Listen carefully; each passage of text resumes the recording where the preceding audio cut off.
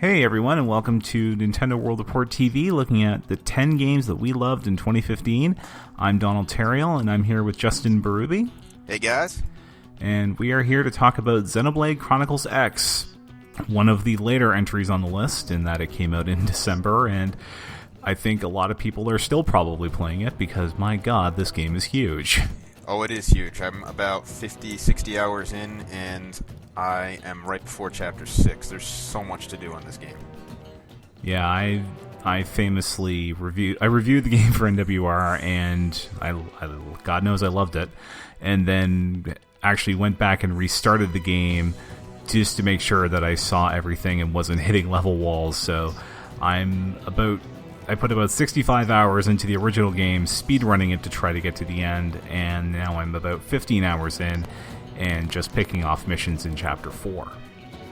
Yeah, I spent a lot of time in that spot, and like I said earlier, there's so much to do. You can get sidetracked exploring, sidetracked doing quests, sidetracked leveling up, a plethora of different things that all tie into the overall system of the game, and it is so much fun. Like, when we say it's huge and there's all this stuff to do, it may sound like a bad thing, but the time just flies by as you go through the world.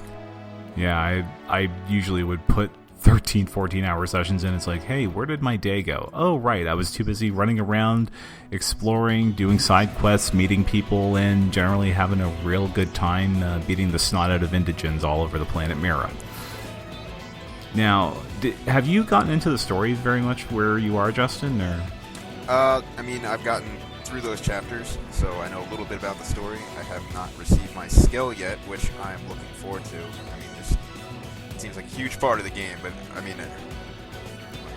I don't know what else to say. It's jaw-dropping. Yeah, when you get the skill, it's like it becomes a completely different game. That's not to say that the first part of the game before the skill is bad. It's really fun.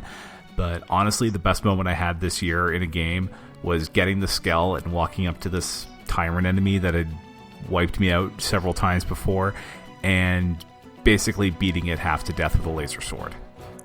That's awesome, and I'm really looking forward to that so much, man. I know I'm getting pretty close to that point in the game, and I want to go and play it right now.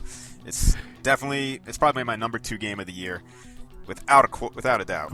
Yeah, and it was my number 1, and I'm glad that when we sat down and that one night and Zach pulled out a Trident and all that this game was quickly on the list of the 10 games we loved. Now, obviously there's been a lot of talk about how some of the things don't work. Like, the soundtrack is, shall we say, controversial. How is that holding up for you? I really like the environmental music. I'm not too fond of some of the other vocal tracks in the game. Overall, I think the music was better in the previous game, the Xenoblade Chronicles for the Wii. But I think there is some music here that is decent. The only thing that really has been getting on my nerves overall in the game is the constant "let's eat Tatsu" jokes, which seem to be a huge focus of the game for some reason.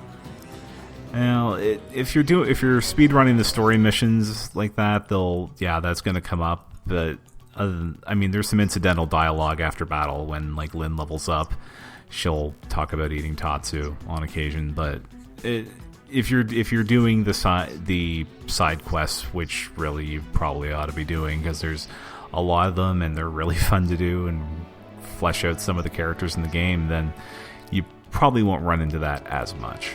Yeah, I have been spending a lot of time doing that stuff, and I've already gotten some of the supposed Japanese DLC characters, so there's a lot of character development that I have yet to see because there's so many you can add to your party and really customize it in some ways. Yeah, and you have these characters, they all have they're all different classes, so you can sort of see what the different battle styles are before you commit yourself to one thing in particular.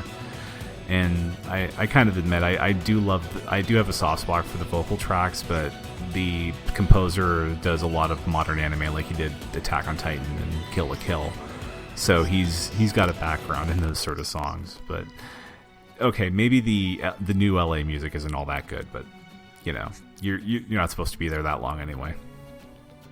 Unfortunately, I am.